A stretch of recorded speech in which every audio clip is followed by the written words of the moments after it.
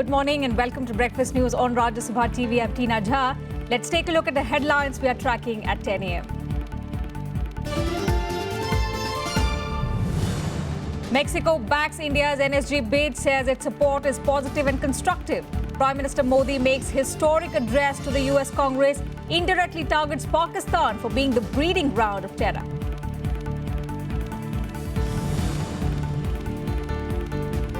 Bombay High Court to hear plea by filmmakers of controversial film Urdha Punjab.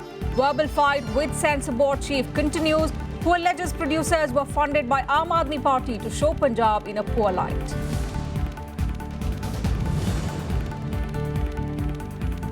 Monsoons hit Kerala a day earlier than predicted. Heavy rains lash many places.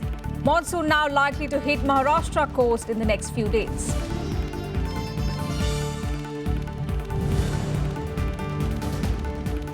Four Israelis killed and 11 injured after two Palestinian gunmen opened fire at a popular market in Tel Aviv. Security now tightened in the city.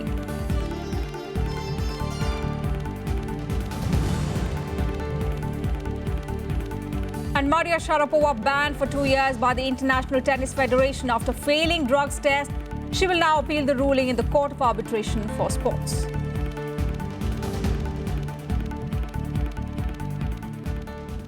Well, Mexico has said it supports positively and constructively India's membership of Nuclear Suppliers Group. Mexican President Enrique Peña Nieto said this after his delegation-level talks with Prime Minister Narendra Modi, who arrived there on the fifth and final leg of his five-nation tour. Mexico is a key member of the NSG, and its support to India's bid for entry into NSG is seen as very important. Bilateral investments were a major focus during delegation-level talks in Mexico. In their talks, Modi and Nieto explored ways to deepen bilateral cooperation in a number of key areas, including in trade and investment, information technology, climate change, as well as energy.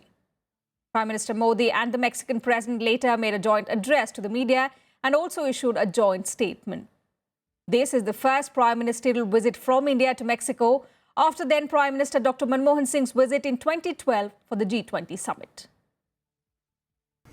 President and I held productive discussions on the entire range of bilateral relations and on global issues of mutual interest. Mexico is an important partner for India's energy security. We are now looking to move beyond a buyer-seller relationship and into a long-term partnership.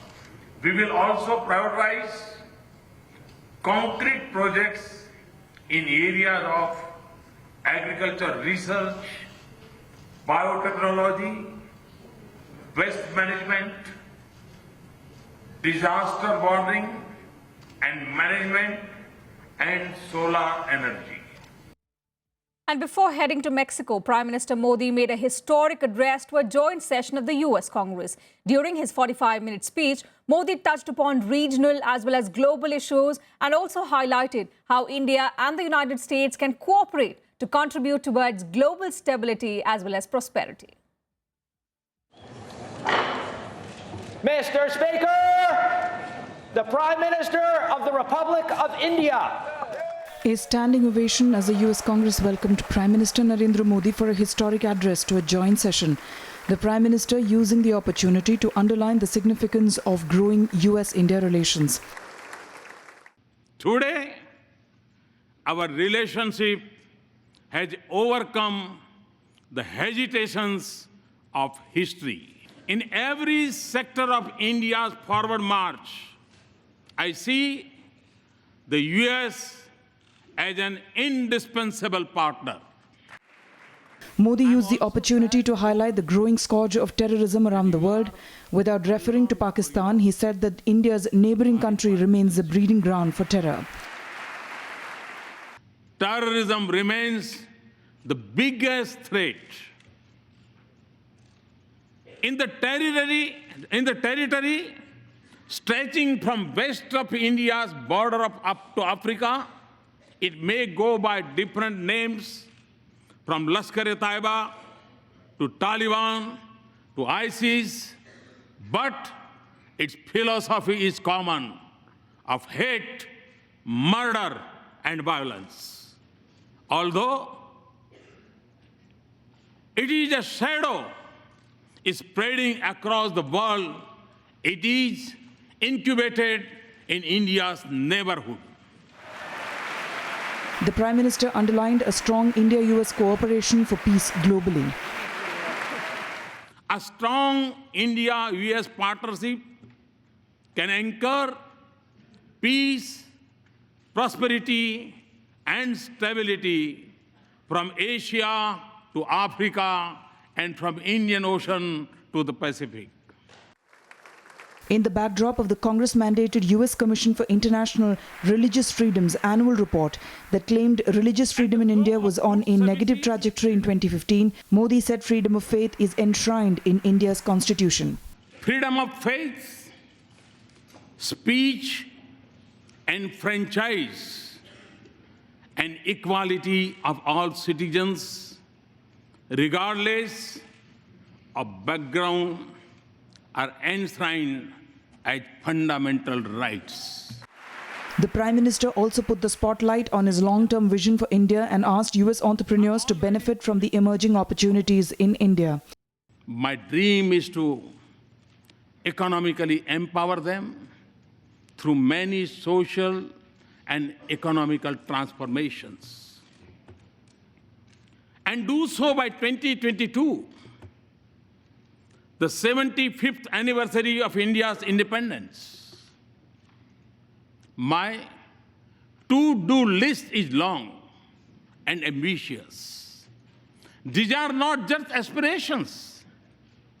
They are goals to be reached in a finite time frame and to be achieved with a light carbon footprint with greater emphasis on renewables. Modi made a special mention of the Indian community settled in the United States and said that while they are America's strength, they are India's pride. They are among your best CEOs, academics, astronauts, scientists, economists, doctors, even spelling bee champions. They are your strength.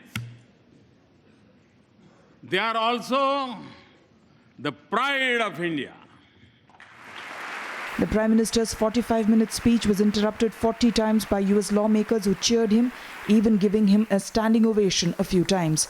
Bureau Report, Rajya Sabha TV. And back home, the controversy surrounding the content of upcoming film Urdha Punjab has now reached legal doorsteps. Many film producers, directors have come out in support of the film. The Bombay High Court will today hear a petition filed by the Panther Films. Filmmakers uniting against Censor Board over its censorship of the film Urdha Punjab. Led by producer Anurag Kashyap, filmmakers Mahesh Bhatt and Mukesh Bhatt, among others, allege that the board is intentionally delaying the clearance of the film. Several actors have also come out in support of the movie. The Censor Board chief Pehlaj Nihlani has alleged that the producer of the film was offered money by the Aam Aadmi Party to show Punjab in poor light. It is meant to be a certification board. It's not meant to be a censor board. We want someone we can put our point across with, and we don't want to cut our films. The way Mr. Nihlani has been dealing with it, it is not just distressing, it's financially distressing on us. It is literally breaking our backs and confidence. A lot of producers and studios are not attempting to encourage and go out and support a cinema that makes sense to a whole lot of us. It is tragic that one of us goes and becomes the toady of some powers which want to muzzle us. We live in the age of information and technology. और अगर हमारे generation को, youth को inform रहने की इजाजत नहीं है तो शायद कोई परेशानी है. As I said, don't try and kill creativity. I think we're all must have the freedom to create because we're in this field. And all we have is our soul to be able to create that. When you kill our creativity, you kill our soul. And that would be detrimental to the profession per se. Censor Board Chief Pahlaj Nihalani, on the other hand, dismissed allegations that he was under any political pressure from the Punjab government over the release of the film. नहीं certificate जब cuts देंगे submit करेंगे हम immediately certificate देंगे. The film producers had moved the Bombay High Court seeking a copy of the order passed by the revising committee suggesting cuts in the movie and the removal of the reference to Punjab in it. After getting the copy, they said they would like to study it and decide on whether to challenge the changes suggested in it. Shyam Benegal, who heads the government-appointed Censor Board Revamp Committee, viewed the film and said it was technically well made. Thank you. Are you asking me technically, do I like the film? Yeah. Is that what you're saying? Yes. It's a very well-made film. Meanwhile, the Indian Films and Television Directors Association, led by President Ashok Pandit, demanded Nihalani's apology for his allegations against Anurag Kashyap. फिलहाल एक घंटे पहले प्रहलाद निहालानी जी ने कहा कि ये film जो है किसी पॉलिटिकल पार्टी ने फंड की है और डायरेक्टर जो हैं अनुराग कश्यप जी को पैसे दिए गए हैं ताकि वो पंजाब में पंजाब की बदनामी करें. हम इस स्टेटमेंट को कंडेम करते हैं, पूरी जोर शोर से इसको कंडेम करते हैं और हम डिमांड करते हैं एक apology from Prahlad Nihalani. Anurag Kashyap, who is the face of the fight against the censor board, said he will try his best to release the film without cuts on its scheduled release date of June 17. Bureau Report, Rajya Sabha TV. And amidst raging speculation over Rahul Gandhi's elevation as Congress president, the party has officially admitted that a decision will be taken very soon. In an exclusive interview to Rajya Sabha TV, Chairman of the Congress Communication Department, Randeep Surjewala, said the issue of leadership change has been deliberated upon and Rahul Gandhi will soon be seen leading the party. As far as Rahul ji is concerned and as far as next line of leadership is concerned, I am sure we will be able to tell Rajya Sabha TV soon enough that that leadership change has been deliberated upon with great wisdom and caution and by taking opinion of a few thousand leaders of the Congress party. So it's not decision of only Shrimati Sonia Gandhi or only Shri Rahul Gandhi or only a few people. Rahul ji and Sonia ji have taken the care to consult people across the spectrum of politics and across states, and very soon an appropriate call will be taken. This statement by Randeep Surjewala, who heads Congress Party's communication cell, comes at a time when speculation is rife about Rahul Gandhi's elevation to the post of party president. Surjewala did not give a time frame but admitted that the issue has been discussed threadbare by party leadership and that the decision appointing Rahul Gandhi as party president will be announced soon. He also sought to dispel rumours about senior leaders being eased out in the new setup. Either Rahul ji or Congress party means any disregard or disrespect to anybody, much less to people who have served the Congress party for years together. In fact, Rahul ji has deep respect and regard for them and consults most of them, they will tell you, perhaps even on camera, often enough. So there is no disregard or disrespect or easing out of any individual. Terming the recent spate of resignations by several leaders, including Ajit Jogi, as political opportunism, Surjewala, however, defended Gurudas Kamath. Please cull out Shri Gurudas Kamath out of the list. Gurudas Kamath ji is a very seasoned and experienced leader of the party. He is very much a part of Congress family. He has resigned as General Secretary of the AICC. He has not resigned from the party. In fact, he issued a statement saying that he deeply respects Sonia ji and Rahul ji and will always continue to serve as a member of our family. Surjewala also came down heavily on the NDA government, terming its first 2 years in power as full of rhetoric and no work. Vishal Dahiya, Rajya Sabha TV. And you can watch this exclusive interview with Randeep Surjewala on Rajya Sabha TV at 10:30 a.m., 1 p.m. and 5:30 p.m. today. With that, time for a short break here. All the international news to follow on the other side.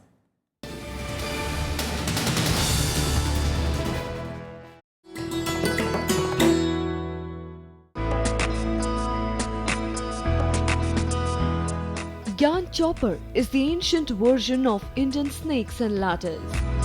This intriguing game was popular among the old, the young and the rulers as well. The chopper has its origin in the Jain philosophy. It tells the story of virtue, symbolized by the ladders, rewarded, while the vices shown by the snakes are punished. Each square, in turn, also narrates a message of wisdom.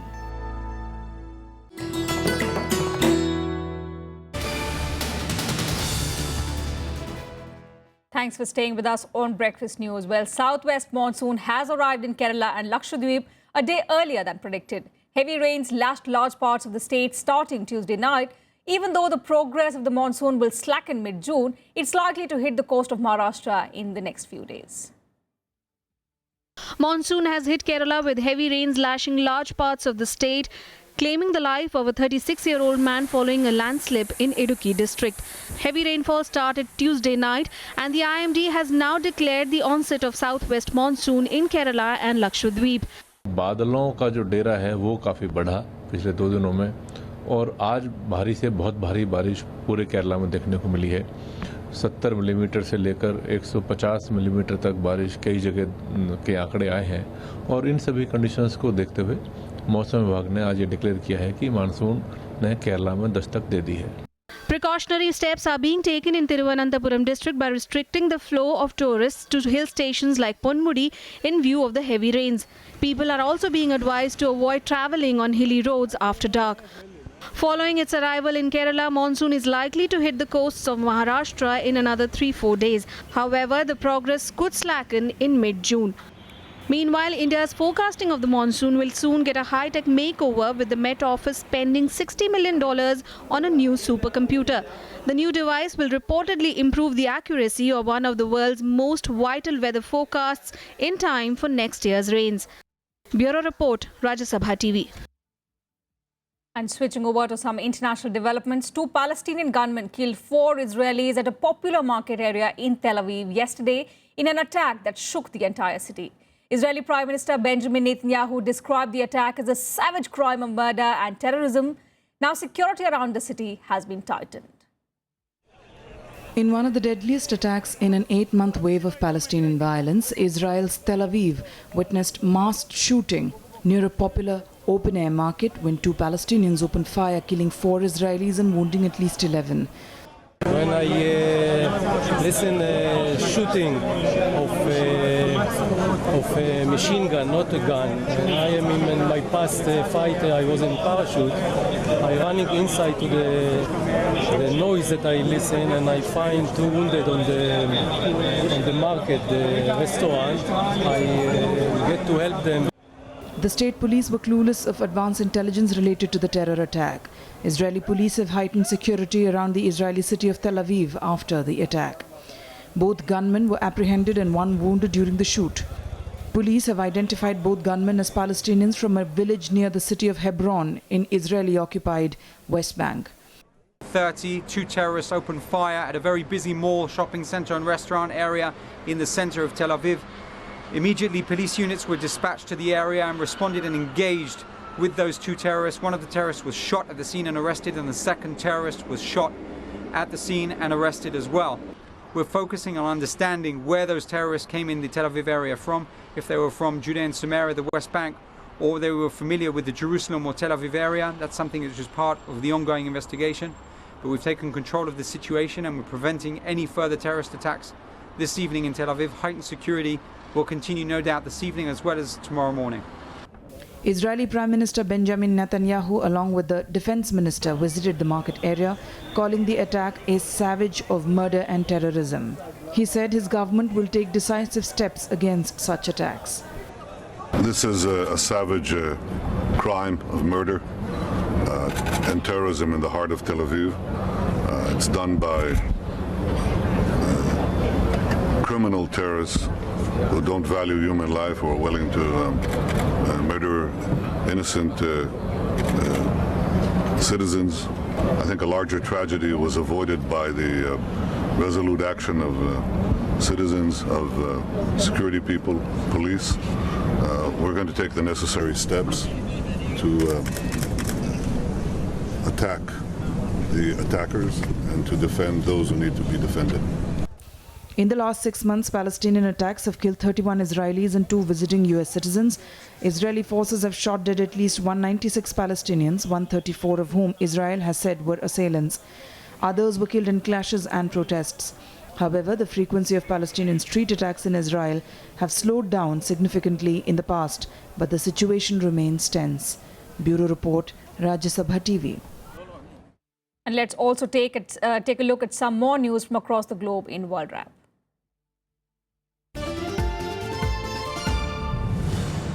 The Afghan authorities on Wednesday recovered bullet-ridden bodies of 12 security officials recently captured by the Taliban in eastern Ghazni province, while gunmen kidnapped 40 others in the country's north as the insurgency escalates. The violence underscores Afghanistan's fragile security situation as the Taliban, who launched their annual spring offensive in April, rejected government calls this week for a ceasefire during the holy month of Ramzan. At least 15 civilians have been killed during Syrian government-led airstrikes on Islamic State targets in Aleppo. The Syrian Observatory for Human Rights said at least 10 of the victims were killed in air raids outside the Al Bayan hospital in the Shar neighborhood.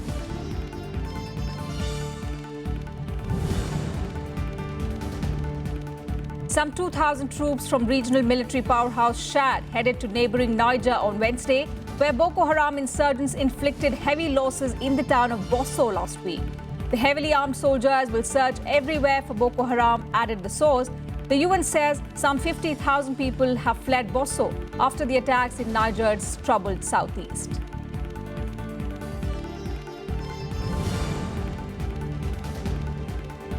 Fans of Muhammad Ali formed long queues in Louisville on Wednesday in the hope of getting tickets to the late boxing legend's memorial service. Several ceremonies are planned in Ali's hometown over the next 2 days, with thousands of locals expected to turn out to pay tribute to the three-time world heavyweight champion who died last week in a Phoenix hospital at the age of 74.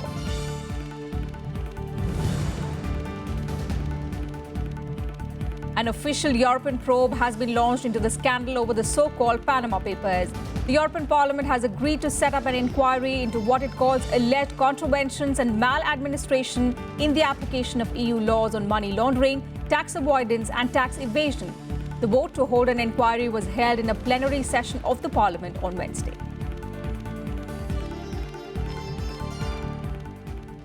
And on to the biggest sports news of the day. Tennis player Maria Sharapova has been banned for 2 years by the International Tennis Federation after failing a drugs test, but she insists she will appeal the ruling, which could effectively end her career. Sharapova, remember, tested positive for the controversial banned medication meldonium during January's Australian Open. For the past decade, Maria Sharapova has been the highest earning female sports star on the planet. That glittering career now on hold for 2 years. The five-time Grand Slam champion failed a drug test at the Australian Open in January for the heart disease treatment drug meldonium. It became a banned substance in January this year, and tennis chief says they warned all players 5 times about the ruling. For the past 10 years, I have been given a medicine called Mildronate by my doctor, by my family doctor. And a few days ago, after I received the ITF letter, I found out that it also has another name of meldonium, which I did not know. Sharapova's ban, announced by the International Tennis Federation on Wednesday, is backdated to January 26 this year, when she tested positive for prohibited substance meldonium. It's very important for you to understand that for 10 years, this medicine was not on WADA's ban list, and I had been legally taking the medicine for the past 10 years. But on January 1st, the rules had changed, and meldonium became a prohibited substance, which I had not known.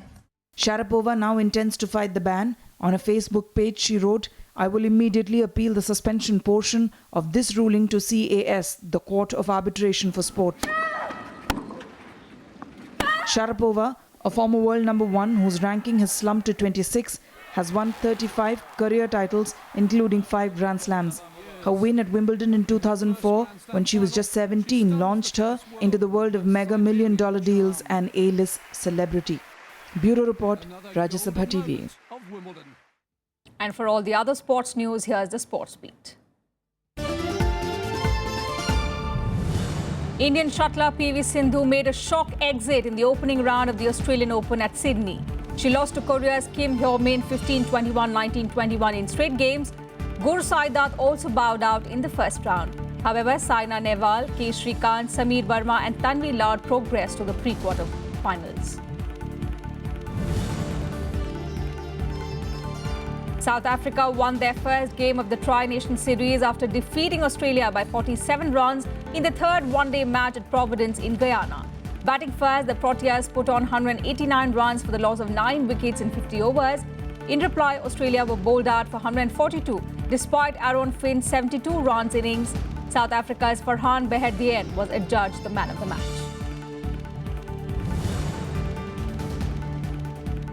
Nigerian football legend Stephen Keshi has died of a suspected heart attack at the age of 54. He coached the Nigerian team to the Nations Cup title in South Africa in 2013. Keshi led the Nigeria team that won the Nations Cup in 1994 before narrowly missing out on a World Cup quarter-final place the same year.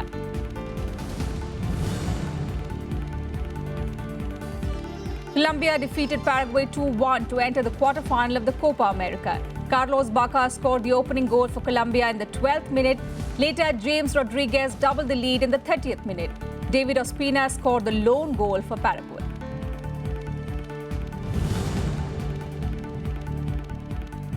And Real Madrid star Cristiano Ronaldo and Barcelona striker Lionel Messi topped the Forbes magazine list of the world's highest-paid athletes on Wednesday in the wake of boxer Floyd Mayweather's retirement and back surgery for golfer Tiger Woods. The annual list of total revenues for top sports stars had been topped 12 times by Woods and in 3 of the last 4 by Mayweather.